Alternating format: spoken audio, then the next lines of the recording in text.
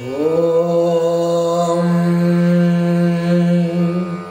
यो देव सवितास्माकं धियो धर्मादिगोचराः प्रेरयेत्तस्य यद्भर्गः तद्वरेण्यम् उपास्महे.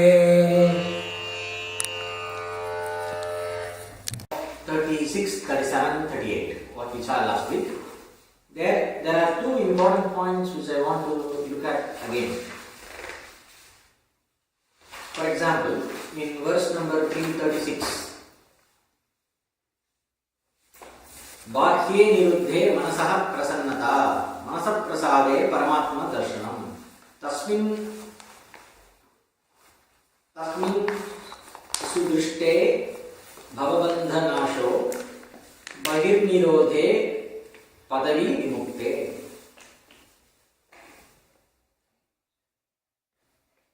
When the bahye niruddhe means when the tendency to associate with external objects. Here in the commentary we have the mention of outside objects as not only the objects outside that we are seeing with the five senses, also the body, the mind, the buddhi, everything is considered as outside, including ahankara. Starting from the innermost outside object, which is ahankara, up to the things, objects of the senses, the external world. Everything is considered external. Here, bahye niruddhe means tendency to associate with anatma. The mind encouraging the vrittis associated with anatma. Anatma here means mithya.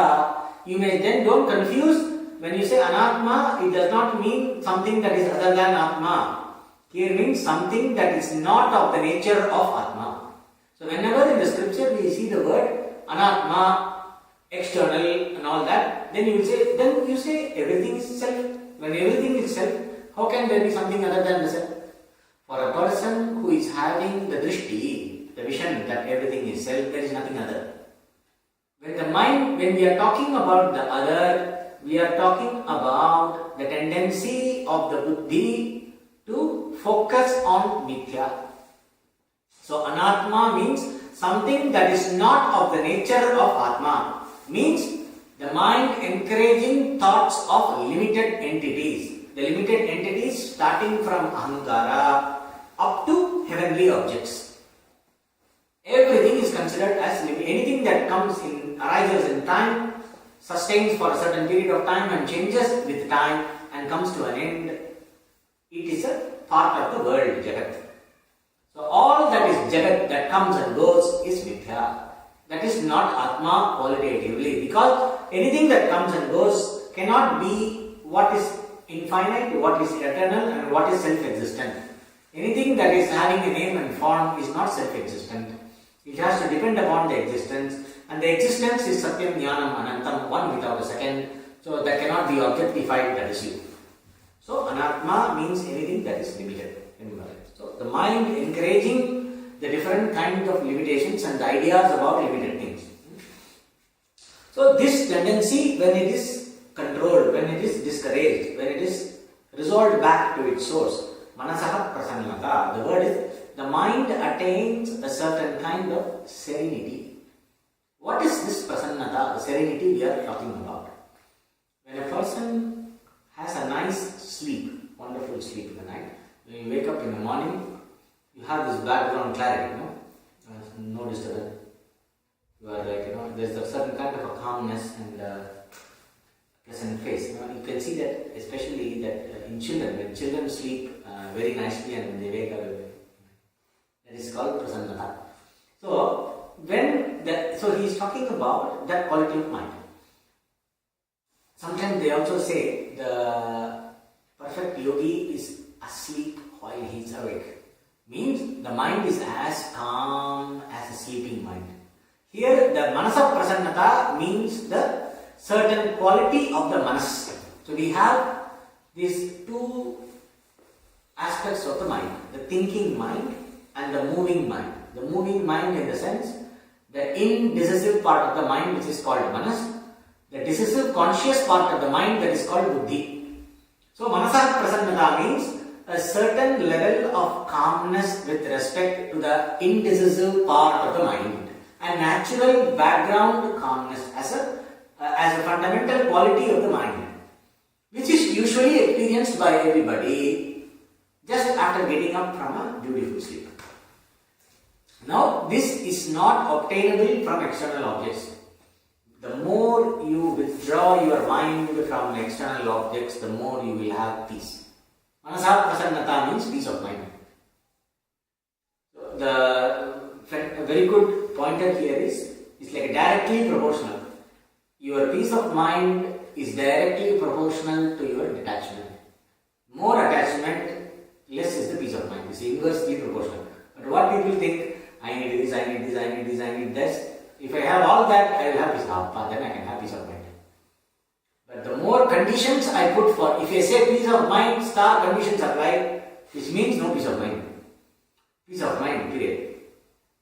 No conditions apply. Unconditional peace alone is peace. Conditional peace is not peace. It is only a precarious poise. It means it's like sitting on pawns or sitting on something that can topple anytime. It's like sitting on a Tenkoyala house here. It can fall anytime.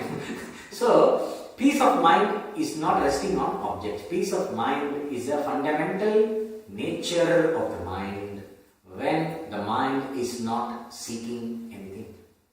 That is why whenever we want to satisfy a desire, we are not after the object, but we are after the satisfaction that we get after we obtain the object.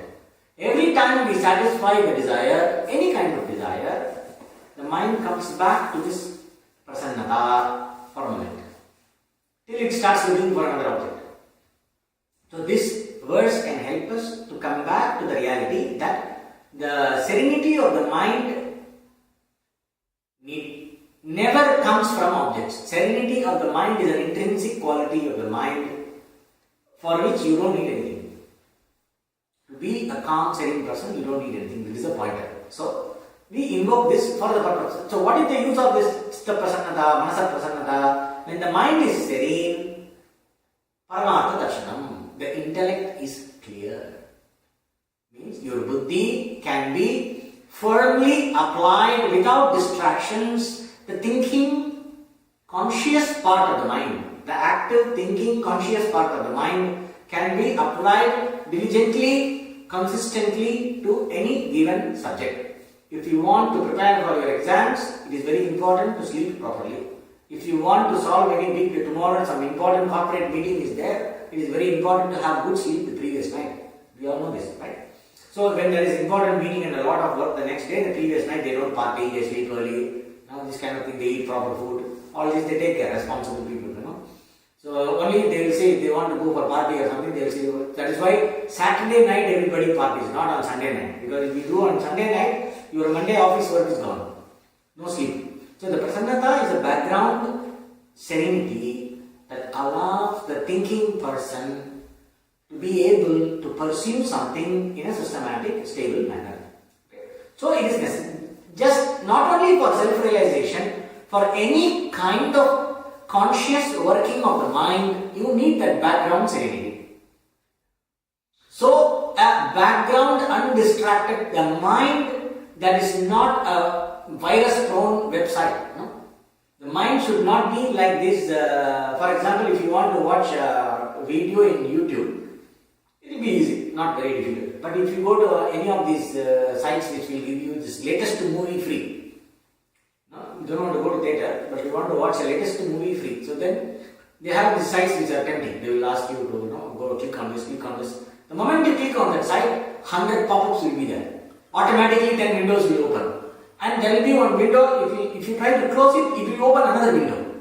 So this is a fundamentally distracted mind is like this. You cannot do anything there. It's like all the games and everything popping up. This is how the normal mind is, so-called normal mind.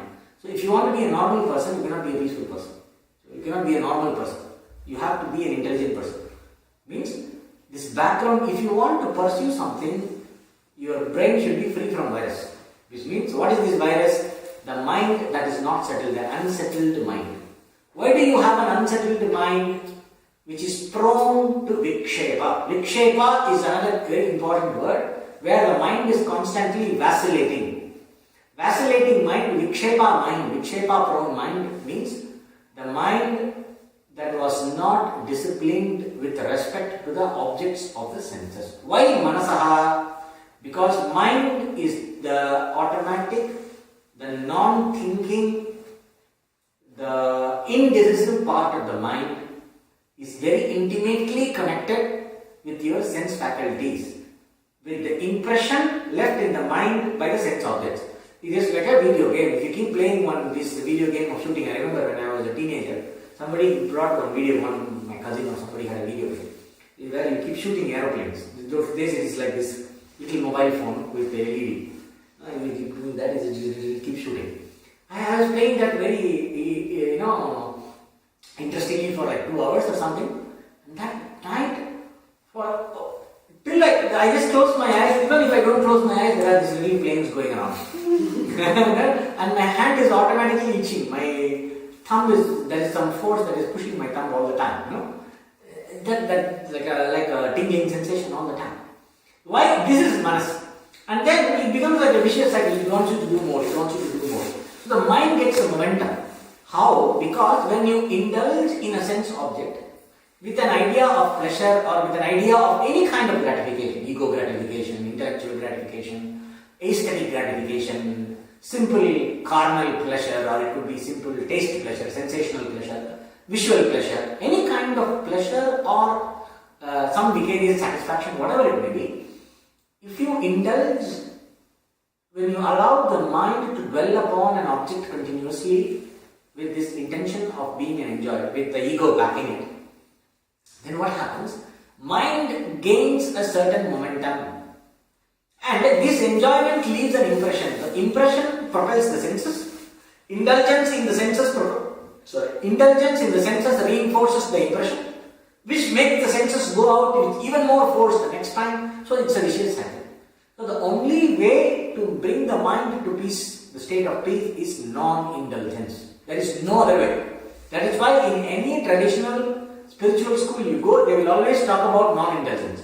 A mind that is always given whatever it wants is not capable of pursuing anything. It will not allow. You may want to do something, but you become helpless in front of your mind. Your buddhi becomes helpless in front of the manas. That is not okay. So that is why he said, the manasaha prasannata, when the mind is serene, the vision of the self becomes clear. Just like when the mind is serene, when the background mind is serene, any kind of knowledge becomes very tangible and clear. In the same way, self-knowledge also becomes tangible and clear. That is all. Okay? Then, Paramartha Darshanam. Tasmin Sudrishte Bhavabandhanasho Bahir Nirodha Padari Vimukte. So it becomes very important to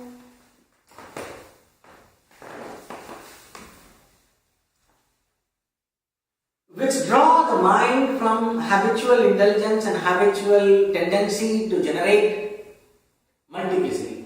This mind's tendency to contemplate on objects has to be discouraged continuously at all times if you want the knowledge to result in the liberation which is experienced. If you want to experience the state of liberation, which is nothing but firm abidance and knowledge, all the movements of the mind that are contrary to the spirit of the knowledge have to be minimized. So the more you minimize them, the better is the abidance, the nishtha in the jnanam. The more is better is the being established in the knowledge. So it becomes the very necessary first step for liberation. That is the meaning of this verse. Then the next one. So the main point is peace of mind directly proportional to non-indulgence. The lesser the indulgence, the more is the peace of mind. Remember this. This is the one. This is the main guiding principle from this verse. Second. And more the peace of mind, better the knowledge. Better the effect of knowledge. Panditah sadasad viveki Shruti pramana paramarthadarshi jnananhi kuryat asato avalambam swapata heto sishuvan mumukshu. So here this talking about the importance and it's like telling which person having a healthy body, having studied all the literature about health, having known for sure the danger in unhealthy habits, which person like that would go and indulge in smoking. In the same way, there are certain things which are very, very precious. It is like, would you throw a handful of precious gems into the trash? Any person who is conscious of wealth, would he throw a handful of precious gems, knowing that this is a precious gem, knowing the value of it, will that person throw it in the trash? For nothing, you know. So, in the same way, he is saying, being learned,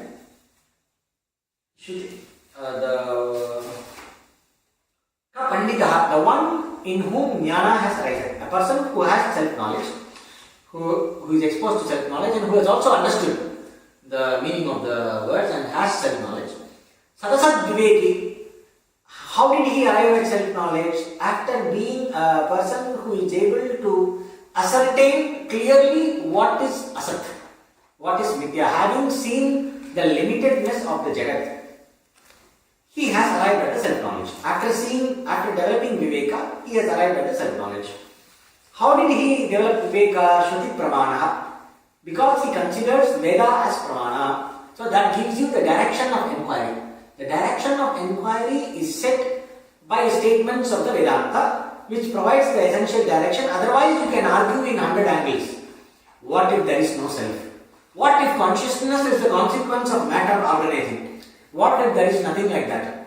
What if this is the only life? These questions cannot be answered logically. These questions can be pondered upon endlessly. That is why you have so many opinions about these things, about these intangible things which are not available for perception and not available for logical analysis, for scientific reasoning. Regarding all these matters, why there are so many opinions? Because the knowledge is not there. If the knowledge is there, there cannot be so many opinions. So between two astikas, between two people who consider Veda as pramana, there cannot be two different opinions. That is why everybody agrees on certain fundamental things. It is only a matter of certain other interpretations. So when it is coming to being clear about things that are not possible for perception or scientific understanding, scientific analysis, Veda should be considered as pramana, which is our fundamental premise of the whole study. So only that person can develop a steady viveka. Some kind of shraddha you need. If you are a Buddhist, you don't believe in anything, you need shraddha in the words of the Buddha that enlightenment is possible. If there is no unconditioned, there cannot be enlightenment. There is something that is unconditioned. Okay, we are not able to talk about it and all that, there is no use talking about it, it is their standpoint. But you have to have the faith in the words of the Buddha and in the words of the masters about the possibility of enlightenment. That shraddha you should have. Otherwise, you cannot proceed even with the little bit practice of vipassana. Then it becomes a mindfulness training for the purpose of applying your mind more effectively in your job in order to satisfy your sense cravings. More than that, the meditation will not be valuable. See, I am not into spirituality and all that. I do a little bit of meditation to manage my mind, personal concentration, some peace of mind. You know, they say, this kind of people, they don't want to look at the higher possibility. Either they don't have shraddha or they want to be cool or whatever. They have some problem. And so they are not able to open their mind to another possibility. It's fine. Or they have not become sensitive to the possibility as the importance of that possibility. Whatever. So, but even though you may not believe in the Veda, you might have to believe in a certain possibility as a trust inspired by somebody who talks about it. So, Shruti Pramanaha to a certain extent can be extended to these categories also. Okay. So, Shruti Pramanaha here means Shraddha. Having Shraddha, this person has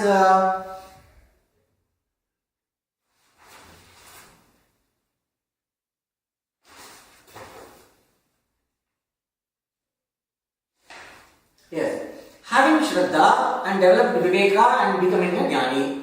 Now, Shruti Pramana, Paramarthadarshi. This Paramarthadarshi means the one who sees the Supreme.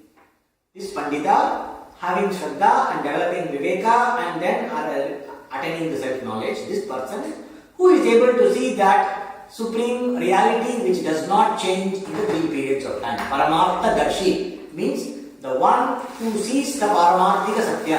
Paramarthika Satya is that existential reality on which our transactional reality is based. That which does not change in any condition. That which is always the same. That which is self-dependent. That which is not dependent on anything else. That is Paramartha. Okay. And that one who sees the nature of the Paramartha. And knowing clearly that the object my mind is seeking, the mind is going behind an object, and knowing clearly that this object is impermanent, this object is asat, this object is limited, and with this, if I get attached to this object, it is going to be the source of all kinds of sorrow. Knowing that very clearly, if I get attached to this limited thing, I will lose sight of the unlimited truth. Knowing this very clearly, will that person go and be a cause of his own fall? Having come so far, will that person allow that himself to be or herself to be fallen into the trap of avidya? Will not. Shishvan, like childishly. Childishly means mindlessly. Here it means, does not mean innocently.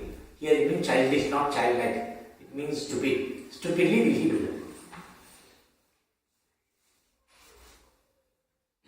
that. Here, there is no liberation for the one who is attached to the body, etc. And the liberated person has no identification with the body and mind. The one who is asleep is not awake, and the one who is awake does not dream, for those two are opposite in nature. This is an extension of that. Dehadisam saktimato namukti muktasya dehadya abhimatya bhavaha Suptasya no jagaranam na jagrata swapnastayorbhin na gunashrayatva binna gunashrayatva. The person who is so he is talking about the presence or the absence of attachment and identification to the body. If there is no identification with the body and mind, will there be attachment to the body and mind? It will not be there. So the presence of attachment to the body and mind presupposes identification with the body and mind, identification with ahankara. So the force of ahankara is not to be encouraged.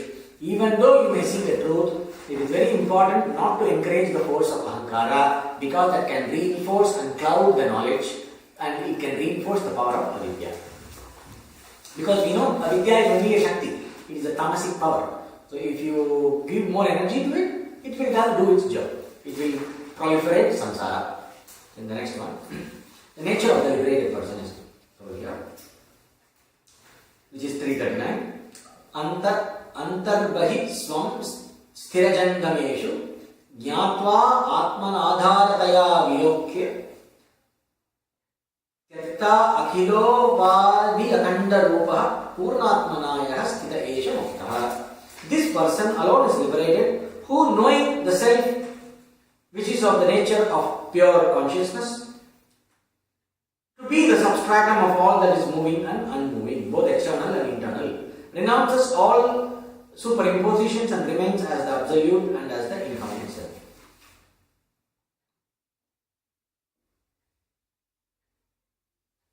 Antarbahi swam sthirajangameshu jnatva. That means knowing all that is inside and outside and all that is moving and unmoving to be one's own self. Knowing that as the self atmana adharataya vilokya tyakta akhila upadihi. Adharataya, atmana adharataya, the self as the adhara. Adhara means, for example, for this book, this is a paper. For the paper, the material of which the paper is made, that is the adhara. For the writing paper is the adhara, or it is better if you want to take this book stand, wood is the adhara for the book stand. The book stand is mithya, the clay is the adhara for the pot. The water is the adhara for the wave. So the self is the adhara for the world and everything. So the consciousness has to be seen as the existential base for all that is perceived, all that is, as all that is, all the objects that are. Okay. Now, how do you see that by experience? This is where this is one of the main points where you have to understand the self-realization is of the nature of understanding. It is not an experience. How will you experience yourself as the existential base of everything? It is a way of saying, see, this is the meaning of the self-knowledge. When you see everything as myself, see, you will say, if everything is me, then there is only me, there is no everything. This is a normal question that comes. Everything as oneself means there is only the self, there is no everything. Then where is everything? That means he is talking about the contrast between the experience, contrast of what the experience tells me, pitched against what the knowledge tells me. Okay? This statement about self-realization makes it very clear about the nature of self-realization. Nature of self-realization is of the nature of knowledge. Just like when I am in a boat, the things like tree, etc., which are in the bank seem to be moving.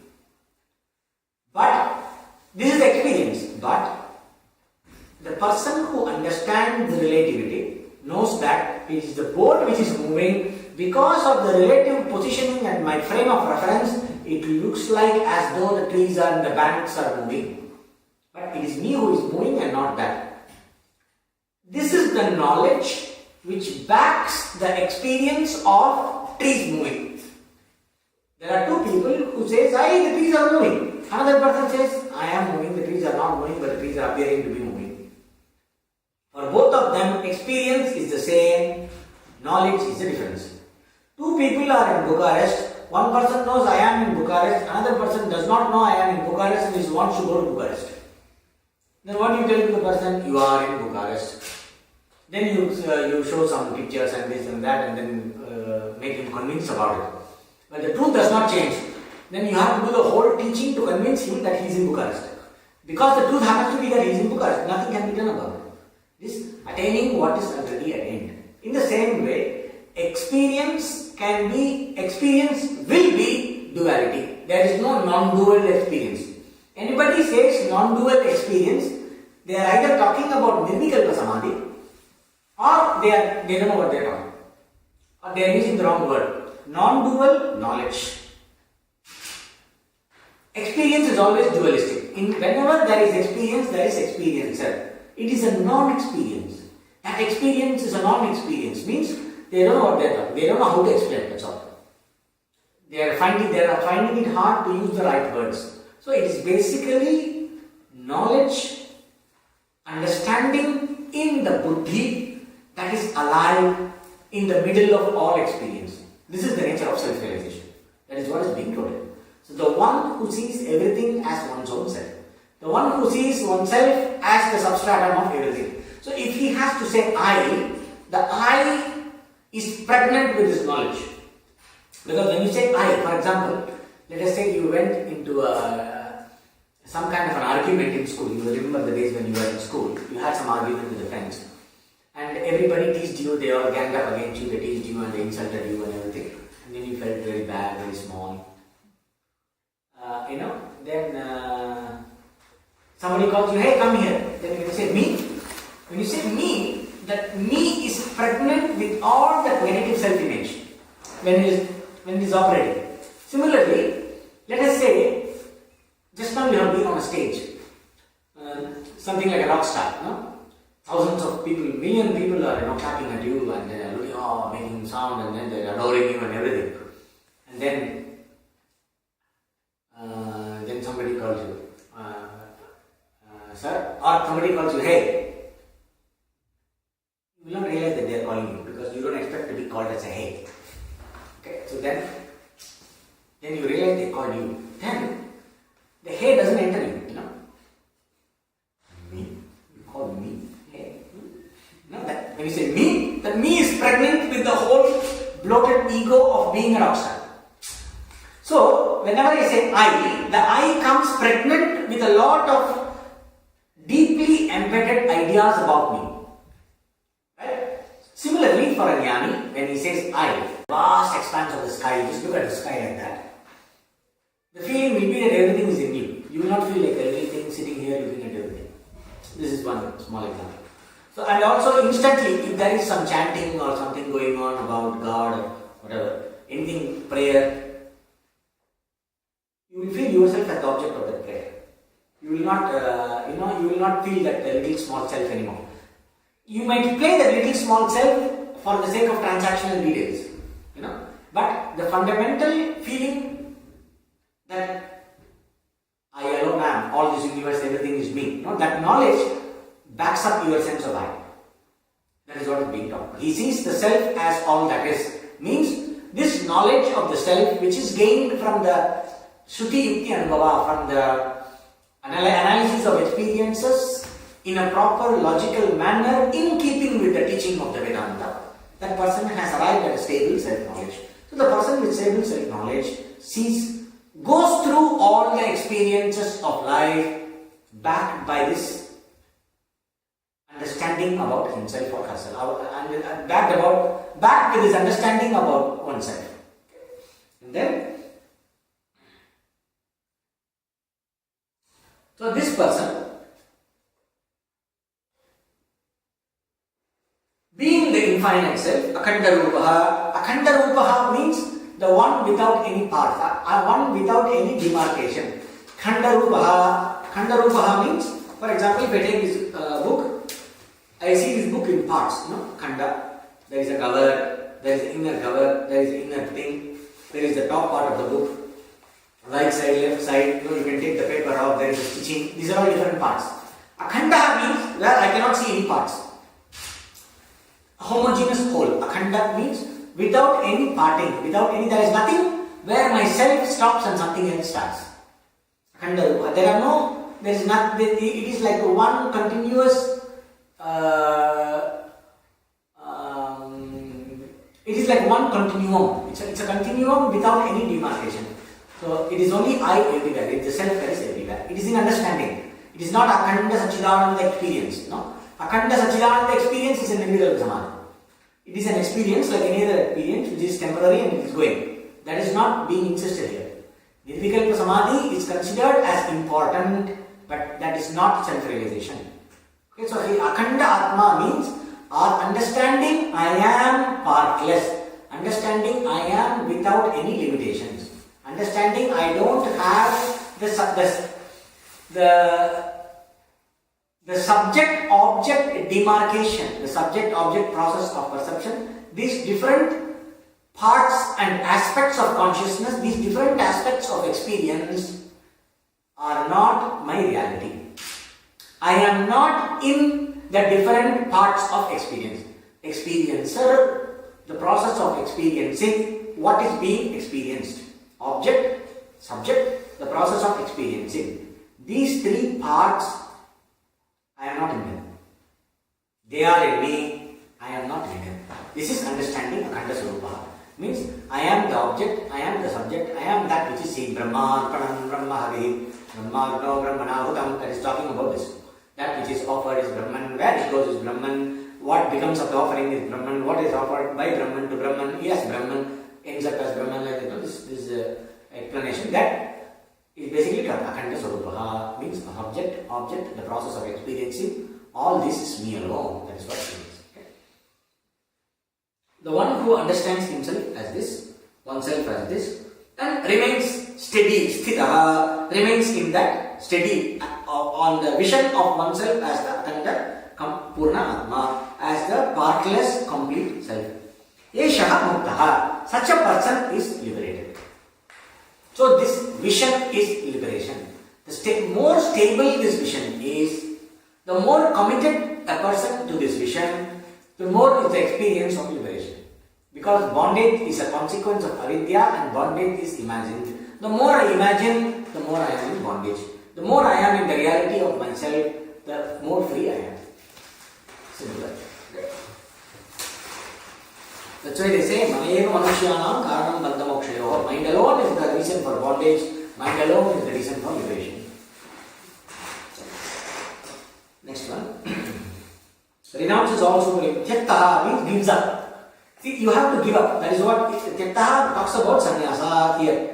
Tyakta Akhilopadhi Akhandarupa. Tyakta Akhila Upadi means the Upadhi or the adjunct or the experiential reality. He gives up his association, gives up being actively associated with the experiential reality of the world. Akhila Upadhi means this Upadhi is a limiting adjunct, a limiting condition. What is the limiting condition? The experience of a fact of life. Okay. So he is not this person who is committed to the vision of the self as the only thing that is everything, is giving up his active, this person is giving up the active involvement in the affairs of the world, is giving up the active involvement in anything that concerns the transactional universe. Here it means sannyasa. Tyakta Akhila Upadhi, renouncing all Upadhi, superimpositions means the different limitations created by associating with the world. This person gives up all kinds of sense of limitation that can arise when you associate and identify with the different parts of the universe. That is, if you identify with your body, mind, etc., then if you identify with the experiences, if you look for experience, so only when you consider yourself as the experiencer, you will go behind an experience. So, Akhila Upadhi means the Upadhi, the sense of limitation that comes by identification with the world, with the worldly personality, with the experienced personality. This person gives up that identification. Sarvatmana bandha vinukti hetuhu sarvatma bhavan na parasti kaschite nanyam panto vidyate anaya visiyam tatyogni. That's what is being talked about here. Sarvatmana bandha vinukti hetuhu. That which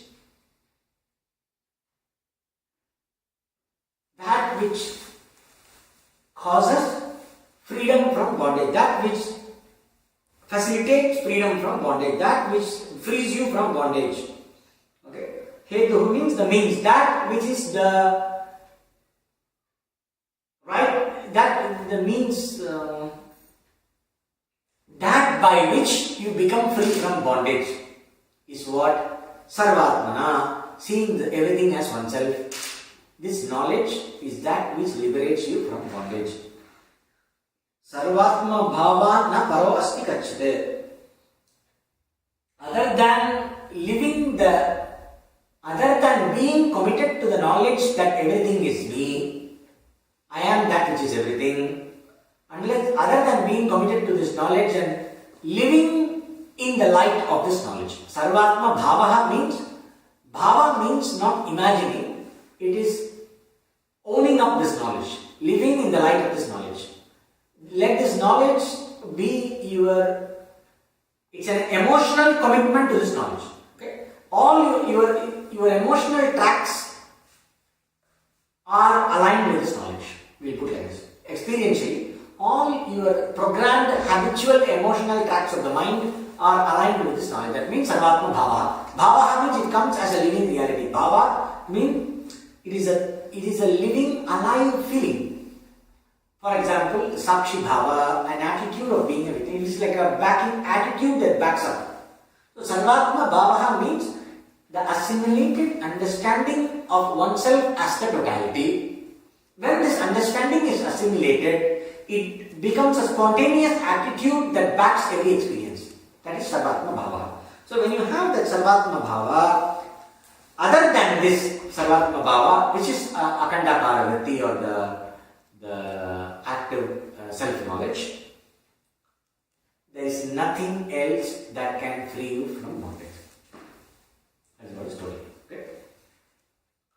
Drishyagrahe sat upapadhyate asau. Drishya agrahe sati upapadhyate asau.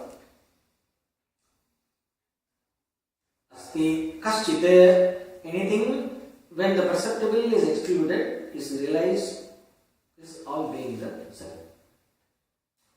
Through the steadfastness of the Asya Sadatma Nishtaya. To recognize this entire universe to be the self is the only means to complete liberation from bondage. There is nothing other than this. Na para asti means there is nothing higher is one meaning, but here it basically means there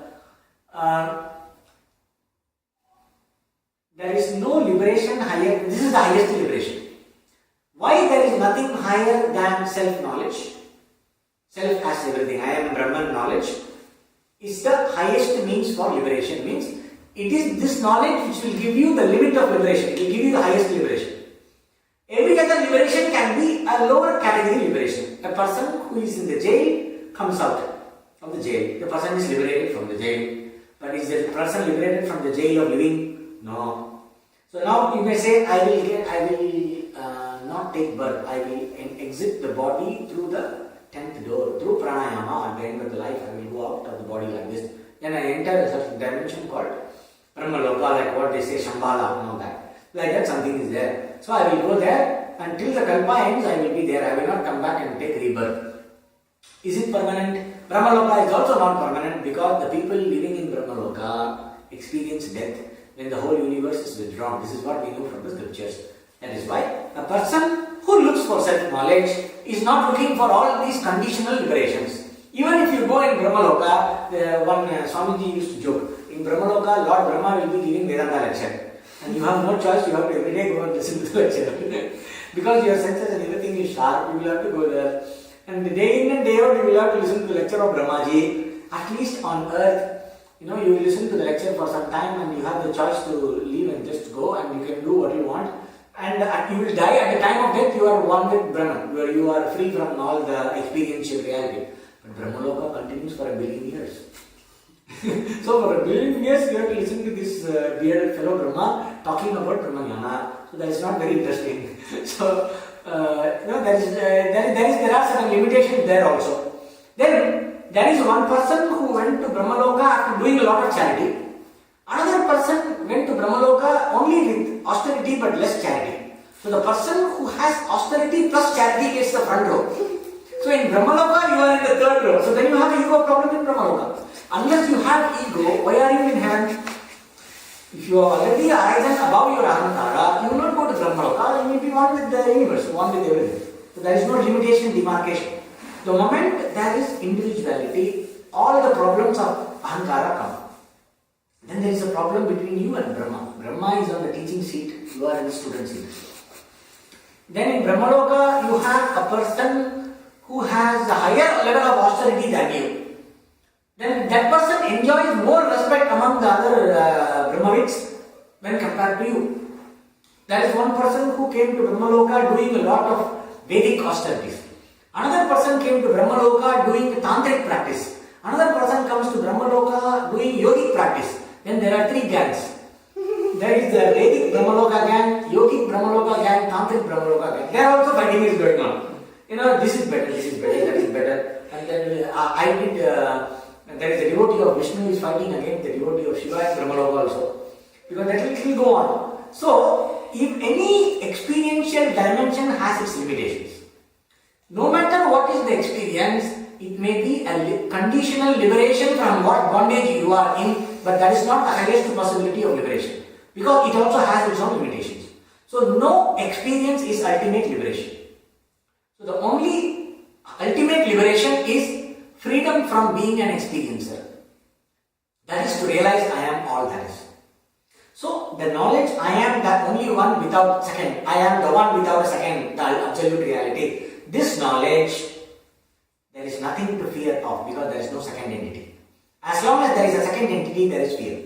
There is a sense of limitation. Where you end and the second entity starts, there begins all the fear. And all the limitation and all the struggle. Okay, you may not say, that is, you have only one second entity, there is nothing, at least I am a big guy. You may think like that now. Like it is like thinking, I have only 10,000 euros in my bank account. I want to be a millionaire. You become a millionaire, then you will have other problems. I am a member, I should get membership in the Millionaires Club. Then there is another fellow who is 200 million millionaire, you are only 100 million millionaire. Then there is a problem. That fellow has all the attention from the waiter in the Millionaires Club. So he has a higher respect. Then if you go to the CEO's club, you are very excited for 10 days. 11th day you see there is a president of the CEO club. And who is above you. So the moment you enter a dimension of experience, immediately there are differences. The moment there is another entity, no matter how big you are, you will not have peace. Because your peace comes from the conditions of the dimension. When your peace comes from the conditions, and if it is a conditional peace, remember there are always things that challenge those conditions, no matter where you are. That is why Lucifer in heaven had a problem. The Lord has the thunderbolt, I don't have the thunderbolt. It is better to serve in hell than serve. Better to be a king in hell than serve in heaven. Now we read in Milton's poetry. Who is this Lucifer? Is nothing but who was in heaven, who got disgusted. Because in the heaven it is a reality, heaven is limited. No matter Vaikuntha with Lord Narayana, then there is a problem between Goddess Lakshmi is pressing Vishnu's feet. But I am sitting in the gate and only looking at Vishnu. If you are a woman who goes to Vaikuntha, you have it. Because Lakshmi is sitting in Vishnu's feet, you are not sitting in Vishnu's feet. Unless you become Lakshmi, you don't have any peace. And there will be the conditions of even such a holy place like Vaikuntha is a problem. So any dimension of it, as long as there is a second entity, there is no absolute peace. There is no absolute freedom. Put it in your head. That is why the knowledge of oneself as everything gives the highest liberation. There is nothing higher than this for liberation, because nothing else can give you the highest liberation. That means what? That alone is liberation, where there is absolutely no bondage. That alone is peace, worthy of achieving. That alone is peace, where there are no conditions. That alone is love, where there are no conditions. When it comes to love, they will say, when you impose conditions, that is not love, that is business. So that alone is love, where there are no conditions. This love is better than that love, because this love has less conditions. That means that's not love, that is still business. So it is a better business than the other business. So when you want talking about liberation, that alone is liberation, which is completely unconditional, which is completely unlimited. If you define liberation like this, then there is nothing other than knowing oneself as everything that can give you this liberation. This alone is liberation. Jnana is the only thing that can give you liberation. There is nothing else. Nanya, Pantha, Vidyate, Anaya. There is no way to get this other. There is no other way than this. It is a statement in many Upanishads. For example, it comes Vedahamedam Purusham Mahantam Adityavaram Tamasat Prastad. I know that highest person, the supreme person, who is beyond darkness, who is effulgent like the sun, who is beyond darkness. Tamevam Vidwan Amrita Bhavati, the person who knows this supreme person attains the eternal. Tamevam Vidwan, the one who knows this. Amrita Iha Bhavati, he attains eternity here. Nanya Panta Vidyate Anaya, there is no other way to attain the same thing. Shruti, Veda. So Shruti Pramana, if you say Shruti is Pramana, this is Pramana. Unless I understand I myself as that is why the experience of the self, where you keep on going by asking who am I, trace the I to the root of the I, and the I dissolves in the heart, some experience they are talking about, that cannot be the one which gives you liberation.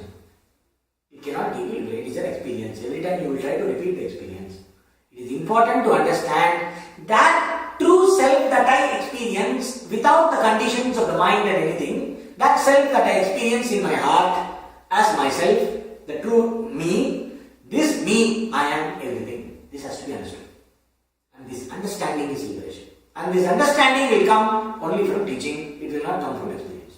And this is only an understanding. You can never experience this book as yourself. You can only know this book as yourself. As long as you see this book, you are the seer, the book is book. Only in knowledge, the book and the seer can be resolved into the one self. Right? That's why it says there is nothing other than this for this liberation.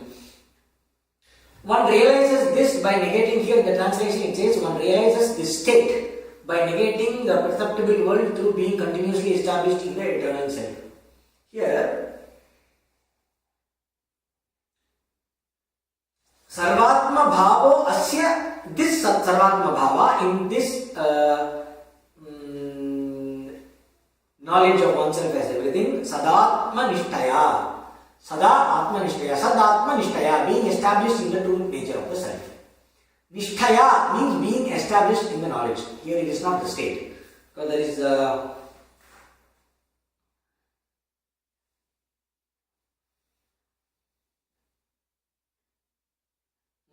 so Drishya Agrahe Sati. When a person negates Drishya Agrahe Sati,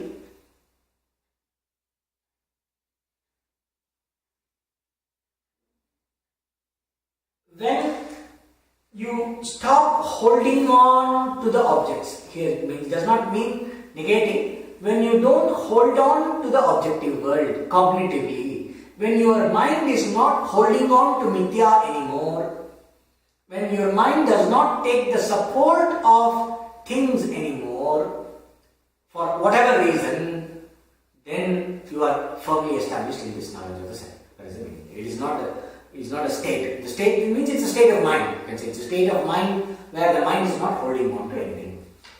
That's the meaning. Yeah. In the same verse, we will look at the commentary a little bit.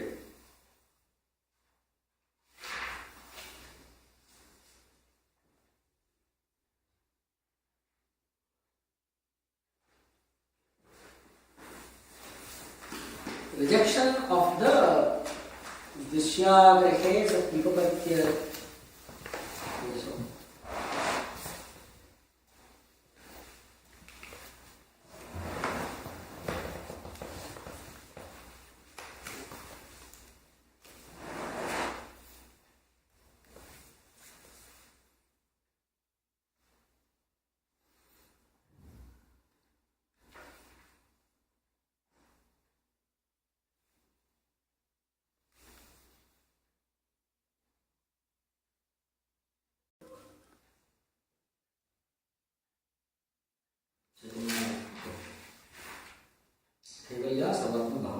So this arises when one does not conceive of it, when one does not encourage the perception of visual object, in the sense, when the mind, through the association with the senses, because of the prarabdha or whatever, when it creates the vision, when it creates the normal perception of a visual object, you resolve that perception in the light of the self-knowledge.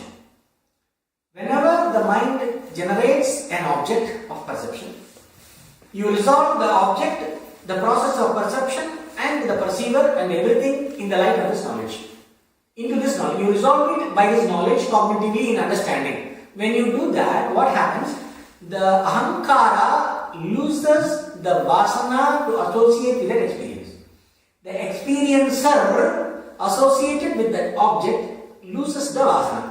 When the experiencer is not under the power of any vasana, when no vasana is operating, then what happens? The perception itself goes. The mind is continuously established in the kind of a samadhi where the vision of oneself as everything is not obstructed. That means never will arise an egoistic sense of oneself as an individual.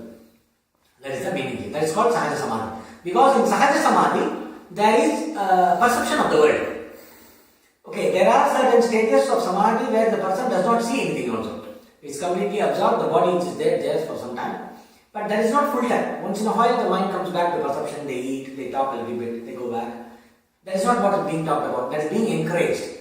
Though the Acharya encourages a person to be completely devoted to Nirvikalpa Samadhi, but Unobstructed abidance in the self-knowledge here means there is no clouding of the knowledge because of the power of vasanas, because that is the topic that we are discussing continuously here. That is how it should be understood. Means the no ideas that are contrary to self-knowledge arises in the mind. There may be some mechanical perceptions, but the perceptions don't have the ability to distract your attention. Whatever input that comes from the senses and the mind is very, very minimal. Even that minimal input that comes to the mind does not distract the buddhi from the vision of oneself as everything. It is like, they say it is like sleepwalking. When you are sleepwalking, all the things are happening but your mind is not registering anything. Similarly, the buddhi does not register anything as in terms of I and mind. The buddhi will not register anything in terms of I and mind. Just the system goes through different experiences. There is no experiencer. I mean, there is no identification with the experience. It's a certain kind of, some yogis say, they have a way of explaining it. They explain like stimulus and response becomes one unitary mechanism. There is no, I don't become an active responder to stimuli. Stimulus is there, according to the stimuli, according to the causes and conditions, the system responds, and you are not part of the system. You don't see yourself in the system. This system, body-mind system.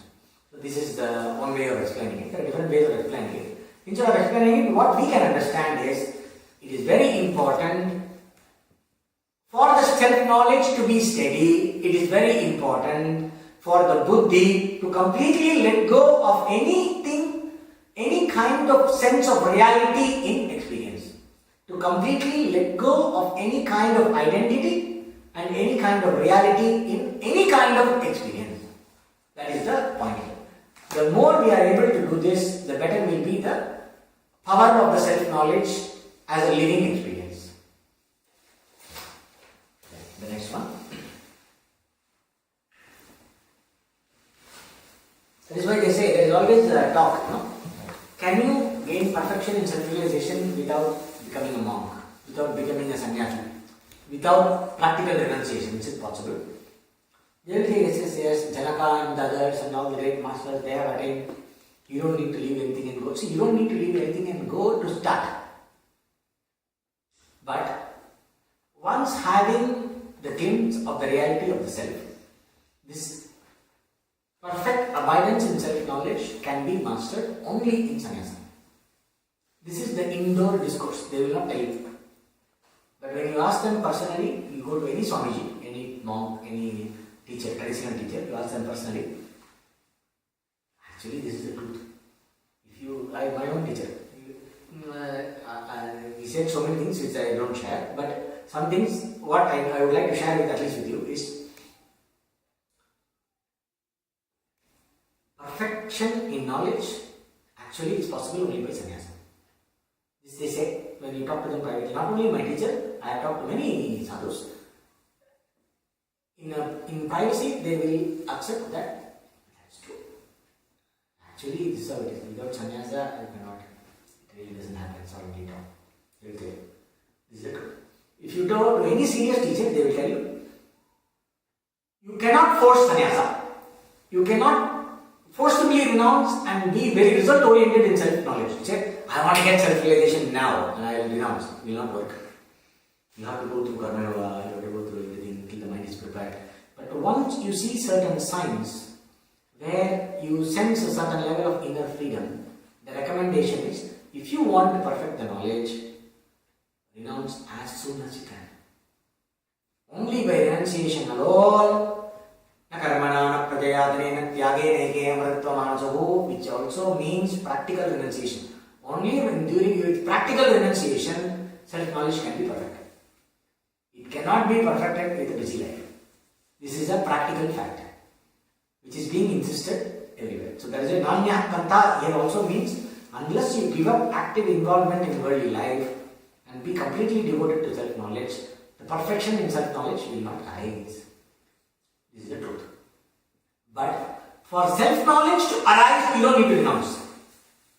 You can live a life of karma yoga, you can live a life of yoga.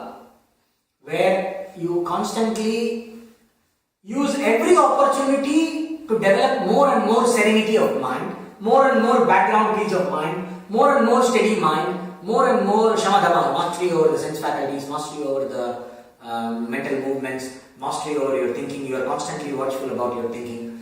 When you do all this full time across all activities, and when you continuously study, reflect, and so on with the shraddha, self-knowledge can take place. Once self-knowledge takes place, once the clarity is there, plan for renunciation.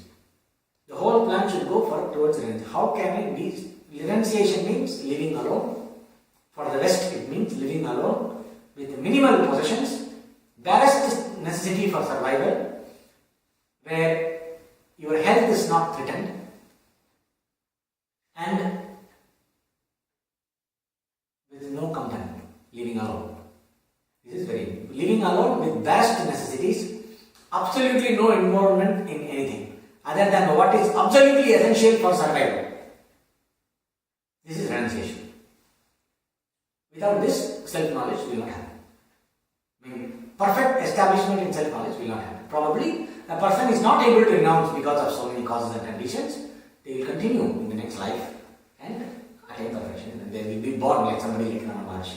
Suddenly one fine morning you turn and then you leave everything and go and you are that. So it's like that. This is the truth. Okay? So there is no compromise in this. But the other side of this truth is I cannot be result oriented and push this. It is like a fruit. It is like a unripe fruit becoming ripe and detaching itself. There is the mantra.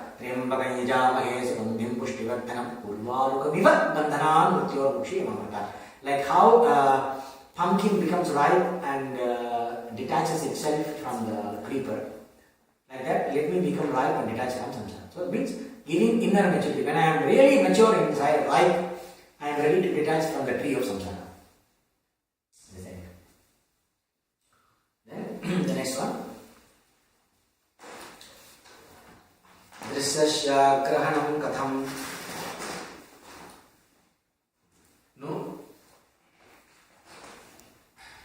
Nu ghadate dehatmanadishtato bahyartanubhava prasakta manasas tat kriyam kurvatah sanyastakhila dharma karma विषयै नित्यात्मनिष्ठा परैः तत्त्वज्ञैः करणीयम् आत्मनि सदानन्दे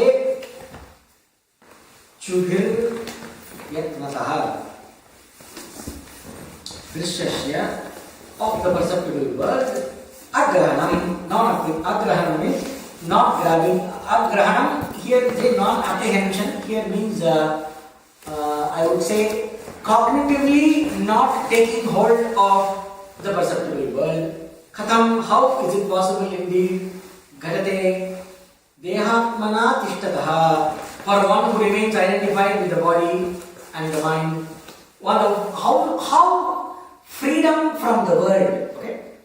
How can there be freedom from the objects of perception? How can there be freedom from the objects of perception for a person who is considering oneself to be the body?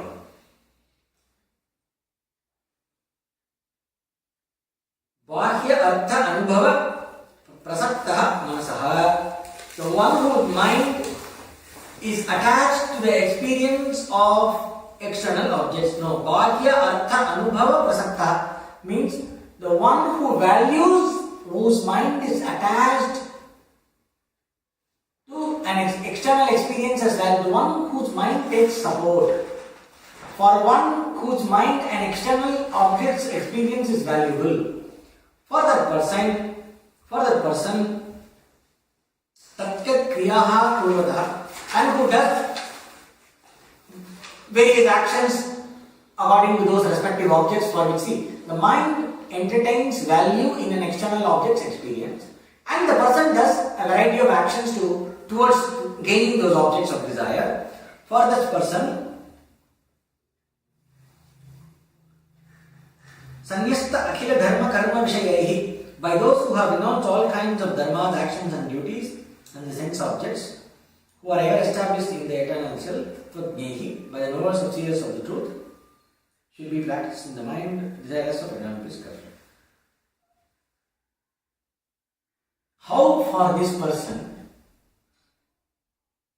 freedom from external objects can come if the person entertains idea of oneself as the body mind, and plus there are two things talked about here. One is the avidya or the dehatma buddhi, idea of oneself as an individual defined because I identify myself with the body and mind. Defining myself, a person who defines oneself through the body and mind, plus entertains value in external objects, in experiencing external objects, and does a lot of activities to be associated with those objects, which is empowering, which is reinforcing that Dehatma Buddhi. Active involvement in external objects reinforced my idea of defining myself, the habitual error of defining myself as the body. And defining myself as the body gives a sense of reality in my experience. Defining myself as the body gives a sense of reality with respect to external experience because I consider myself as the experiencer. And the more I encourage my activities in acquiring and preserving those objects of enjoyment, that reinforces my attachment to the body. In this vicious cycle of action and avidya and action, in this vicious cycle, a person who is deeply caught in this vicious cycle, how the freedom from external objects is possible for this person? It will not be possible. So the person will not be free from samsara. So this understanding should be this should be carefully practiced by the seers of truth who are desirous of eternity, who have renounced all kinds of duties, and who are established in eternal self. So this truth must be seen. Those who are desirous of a person who has taken the first step, let us say a person who has committed oneself to liberation. Here we will translate for ourselves as this. A person who is committed to liberation has to see the problem of this vicious cycle, has to see the fact of this matter. A person who is busy pursuing objects of the desire, which is powered by the idea that I am an individual, I am the body, I am the experiencer, that person can never be free from the external world. May you people who are devoted to liberation and self-knowledge, may you all see this fact repeatedly and don't get caught in this vicious cycle. That is what this verse says. The next one. For the Sarvatma Siddhaye Bhikshoho Krita Shravana Karmanaha Samadhim Vidadhatyesha Shanto Danta Iti Shruti. Sarvatma Siddhaye, for realizing the self as everything, Vibho Bhikshoho, the sannyasi, those who live on Bhiksha. Sarvatma Siddhaye Bhikshoho, for the Bhikshus, for the Bhikkhus, they say in Buddhist literature. Bhikshu means the one who asks for Bhiksha. Here it means sannyasi. So for the person who is a sannyasi, who is desirous of being established in the knowledge of oneself as everything, whose job is only to listening and contemplating, Krita Shravana Karmana, the one who has who is doing the job of listening to the scriptures and who is cultivating the Shamadhamadi, the different characteristics of serenity of mind, one-pointedness of mind, who practices Samadhi, which is the practice of one-pointedness, who is devoted to the practice of keeping the mind under check, and who is devoted to the action of listening to the teaching. These people who are sannyasis, who are renunciates, for that person to attain that knowledge of the self, perfection in the knowledge of the self as everything, the Shruti, the Samadhim Vidadatyesha Shanto Danta Iti Shrutehe, the practice of one-pointedness Samadhi The practice of samadhi and the practice of one-pointedness and the practice of calmness are the virtues recommended by the scripture, by Veda. Shruti means, here it means Upanishad. The Upanishads recommend commitment to the mind, commitment to continuous withdrawal of the mind. Those people who want firm establishment in self-knowledge, which is liberation, must be devoted to the continuous, steady application to the withdrawal of mind from different sense objects. It is recommended by the Shruti, without which the knowledge does not become steady. So he is establishing the connection between yoga and jnana. What is yoga? Yoga is samadhi. Yoga is one-pointedness of mind. Yoga is withdrawal of the mind from all the unnecessary activities and making it devoted to the conscious pursuit. This is yoga. Yoga becomes a very important accessory for knowledge. Only the mind that is devoted to yoga can be available for knowledge, can be established in knowledge. Tattva darshana upaya yoga. In Shankaracharya's commentary to Brahma Sutra, he says, yoga is a very useful, helpful factor for self-knowledge. That is why they say, see, when I say samadhi is not self-knowledge, it is understanding what is the difference between knowledge and experience. But that does not mean samadhi is not important. Devotion to the practice of yoga, the mind that is devoted to the practice of yoga and that is stabilizing that is stabilized in samadhi, such a quality of mind is very, very important for steady, unobstructed abidance in self-knowledge. For steady, unobstructed abidance in self-knowledge, a mind that is perfected in yoga is absolutely essential for all practical purposes.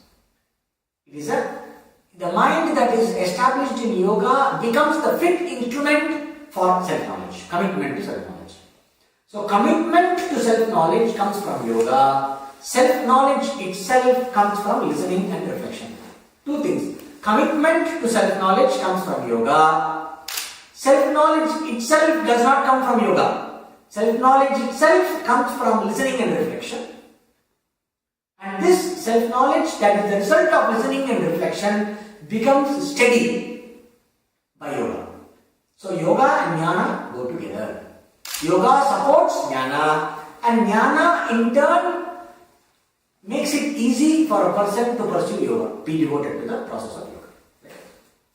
This is important. So what we can understand from this is 24 hours commitment to the yogic attitude through all our actions.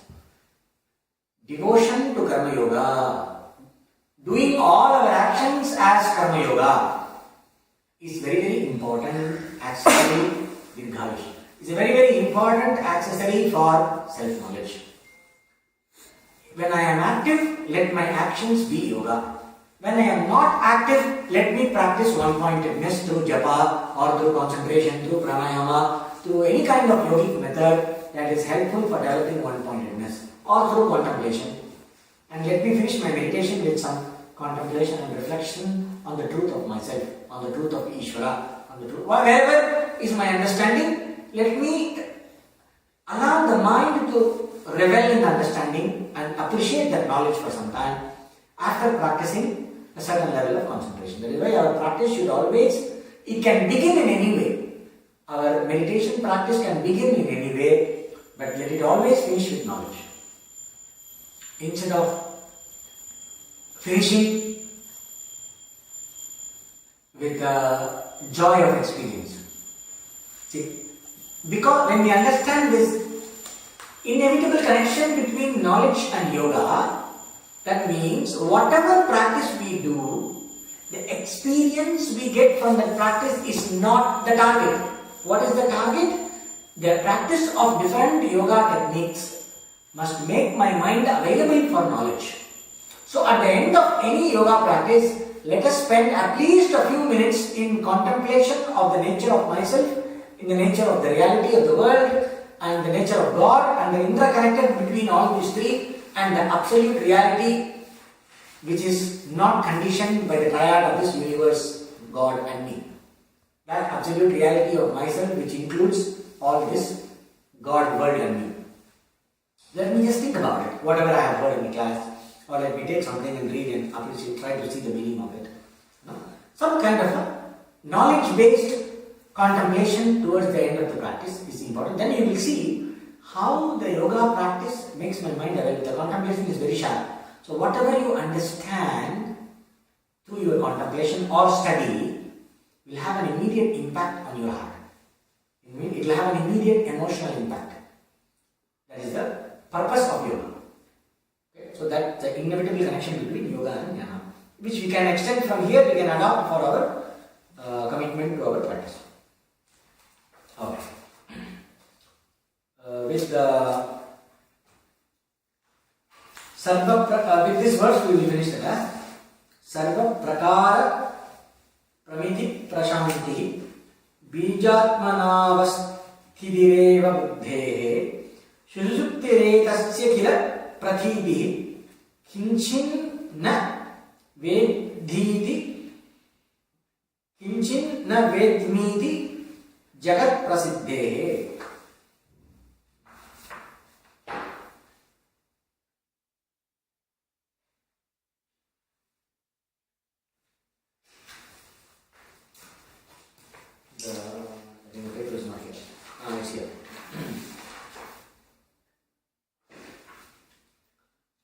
सर्व प्रकारः प्रमिति Prashanti. When all kinds of activities cease in the mind, and when the mind remains in a subtle seat-like state, as though like in deep sleep, in deep sleep, only the buddhi sushupti edasya kila pratiti experience kinchit na with me did not know iti is the universal gati. When the mind remains in a subtle seat-like form in the deep sleep, which is the state where there is no perception at all whatsoever, and all the different kinds of activities of the mind and perception has stopped, what do they say? The universally people recognize this state as I did not know anything then. So he is going into Avasthatraya Prakriya, is the next topic which we will see in the next class, where he is explaining the nature of the sleep, and from there they will take you slowly to the analysis of the nature of the self that is not conditioned by the experience, and the difference between sleep and samadhi, this kind of things, discussions are coming, which we will see in the next class. So this is already 8:35. You can ask some questions and after that we can finish that. Any questions? So the few points we saw today is the importance of the ability to withdraw the mind from any kind of activity, external sense-based activity or memory-based, thinking-based internal activity, any kind of activity, ability to withdraw the mind. This is one, is very important. And not being interested in any experience whatsoever, because if I derive value from an experience for myself, if there is a personal value in an experience, it is only reinforcing my ignorance and my ignorant vision of myself as the body mind. Any interest in an experience, any personal interest in an experience reinforces my identification with the body. So a personal, renouncing all kinds of personal interest in experiences by seeing the inherent potential in that attachment to cause more and more samsara. I understand that the more I am personally interested in an experience, I will be sucked into this samsara struggle. So it is not really the source of happiness. The real source of happiness is the more I withdraw from objects, the more happy I will be, the more peaceful the mind will be, and the more peaceful the mind is, the more I will be able to be committed to the knowledge of myself. So I see the inevitable connection between these two, and I also see the importance of a life of sannyasa for the purpose of perfection in self-knowledge. If I don't, when I see that I cannot become a sannyasi now, no, I don't become result-oriented in sannyasa, but I translate my interest in sannyasa into my dedication in karma yoga. A person who sees the importance of renunciation for the purpose of self-knowledge will be able to withdraw the egoistic involvement in any kind of situation. And such a person who is constantly withdrawing the personal interest in situation and becoming objective and doing actions as a sense of devotion to the Lord or as an expression of self-knowledge, that person over a period of time will reach a point where renunciation becomes effortless and natural. These are the main points of what we discussed today. And there is no other way for liberation other than the knowledge of seeing oneself as everything. This is the summary over. Any questions is there? Or shall I finish the class formally and then we will ask one?